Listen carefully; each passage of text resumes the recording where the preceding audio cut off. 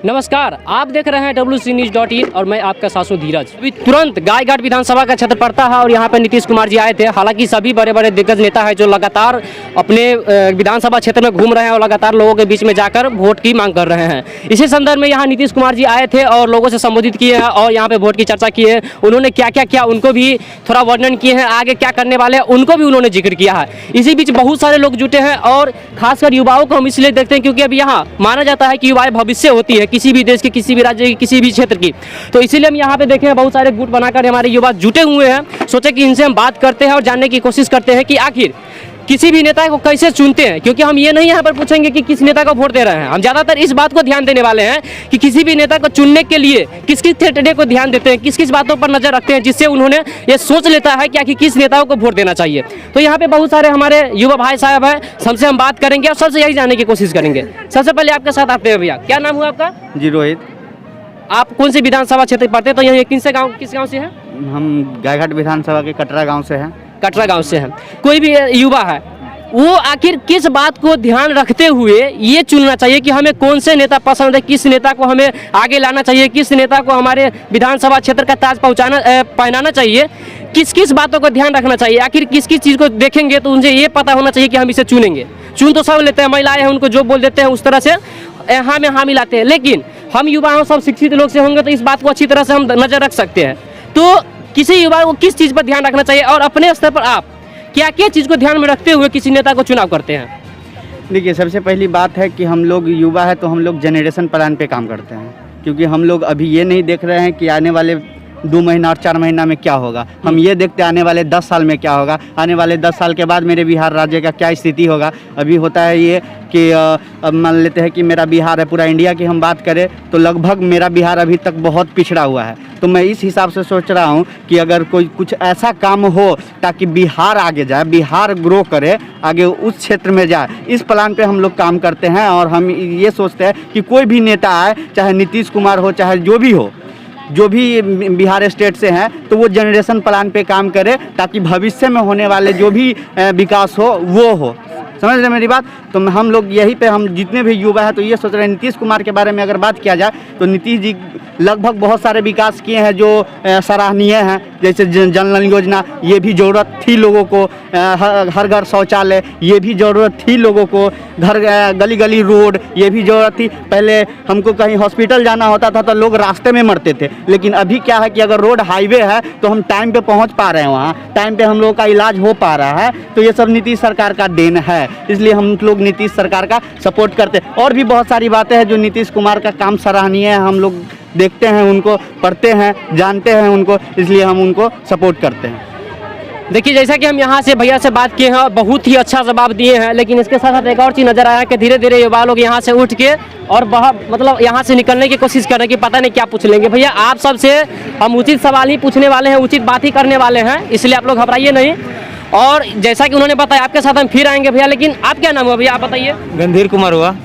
आप किस तरह से सोचते हैं, किसी नेता का चुनाव आप किस तरह से करते हैं, आखिर कैसे आप मान रहे हैं कि यह नेता मेरे लिए सही है, किस किस बातों पर ध्यान रखते हैं? वही बातें जो हमारे फ्रेंड जो बोले हैं, जैसे मान लीजिए हम लोग यही चाहते हैं कि बिहार या कोई भी देश, कोई भी राज्य, हम लोग उस पर डिपेंड नहीं करते हैं कि क्या होगा, हम लोग ये डिपेंड करते हैं कि हम क्या करने वाले हैं। बहुत सारे लोग आते हैं, बहुत सारे दिग्गज नेता चाहे जो भी लोग आते हैं, हमको उससे मतलब नहीं।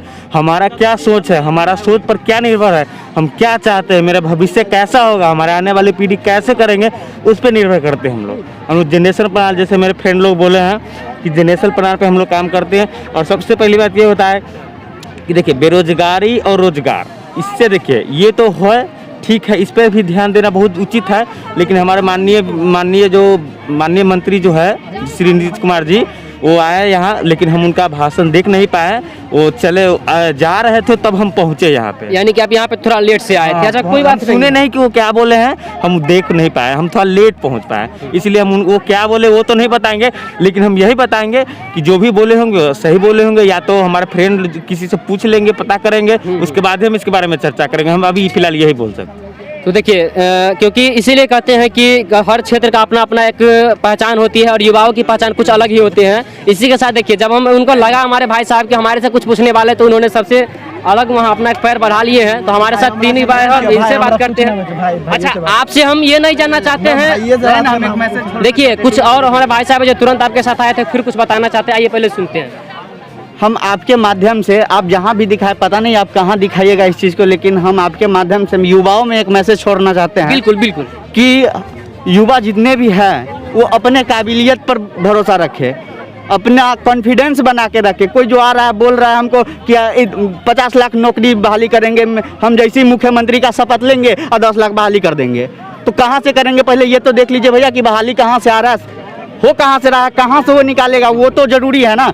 अगर मेरे में काबिलियत है तो हम खींच के नौकरी ला सकते हैं। मेरे में युवाओं से मेरा यही एक मैसेज है, रिक्वेस्ट है कि युवा लोग जितने भी हैं तो इस चीज़ को समझे, काबिलियत अपना खुद का बढ़ाए, कॉन्फिडेंस खुद का बढ़ाए, अपने सेल्फ डिफेंस पे काम करे, ना कि किसी के भरोसे कि फलाना कोई मुख्यमंत्री आएगा तो हमको नौकरी ला के देगा। भाई हम कुछ है ही नहीं तो कहाँ से नौकरी दे देगा? तो मेरा एक मैसेज आप ये दिखाइएगा लोगों को। आपसे बात करके रियली वाकई में मुझे बहुत अच्छा लगा। एक बार अपना परिचय फिर से दे दीजिए भैया। जी, मेरा नाम रोहित, मैं कटरा से हूँ, गायघाट विधानसभा से हूँ। मैं सिर्फ लास्ट मैसेज ये देना चाहता हूँ लोगों को कि सिर्फ अपना थिंक बदले, सोच बदले, देश बदल जाएगा खुद से। सोच जो मेरा है नौकरी करने का, नौकरी देने का सोच रखिए, देश खुद पर खुद आगे बढ़ेगा और मेरा बिहार राज्य खुद पर खुद आगे बढ़ेगा। Thank you. चलिए इसी के साथ थोड़ा एक और चीज़ पूछ लेते हैं, क्योंकि आपने बहुत अच्छा बताया है, लेकिन इसके साथ साथ थोड़ा ये भी है कि हर एक युवाओं के एक नेता को चुनना भी जरूरी है। बिल्कुल। तो उन्हें क्या लगता है कि इस बार ऐसा कौन सा नेता आना चाहिए जो आपका सोच है, इस तरह सोच पे काबिलियत वो उतर पाएंगे, खरा उतर पाएंगे? ऐसा कुछ आपके नज़र में है जो इस तरह के उतर पाएंगे?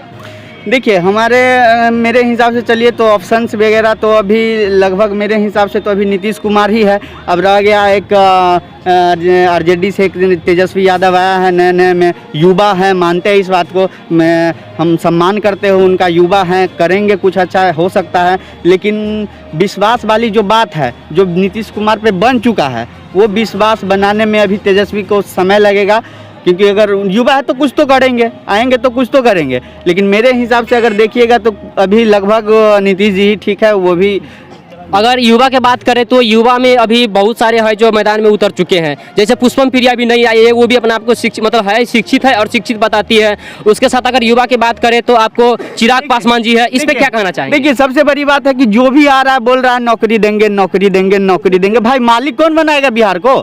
सब नौकरी बनते जाएंगे बिहार के लोग, दिल्ली मुंबई जाके सब खटते ही रहेंगे जिंदगी भर। जैसे मेरे बाप दादा खटते आ रहे हैं, मैं भी खटते आऊँगा। यानी कि नौकरी करने वालों के यहाँ पे कोई अथी नहीं है, ऐसा कुछ नहीं। जो नौकरी करेंगे वो अपना नौकरी लेके बैठे, बिल्कुल इस तरह के। बाकी ऐसा कोई युवा का मतलब ये नहीं है। मेरा जो मान लेते हैं कि जो मेरा चीफ मिनिस्टर जो मुख्यमंत्री जी हो गया, वो तो लगभग बिहार का गार्जियन हो गया ना। बिल्कुल गार्जियन हो गया। लेकिन वही अगर माइंड सेट कर रहा है कि तुम नौकर हो तो हम तो नौकर ही पैदा लेंगे ना। यानी कि इनका भैया का कहना है कि सिर्फ नौकरी करने वाले से युवाओं का मन नहीं बदल सकता है। यहाँ पे उनको नई सोच लेके आना पड़ेगा, नई उमंग पे पहुँचाना पड़ेगा।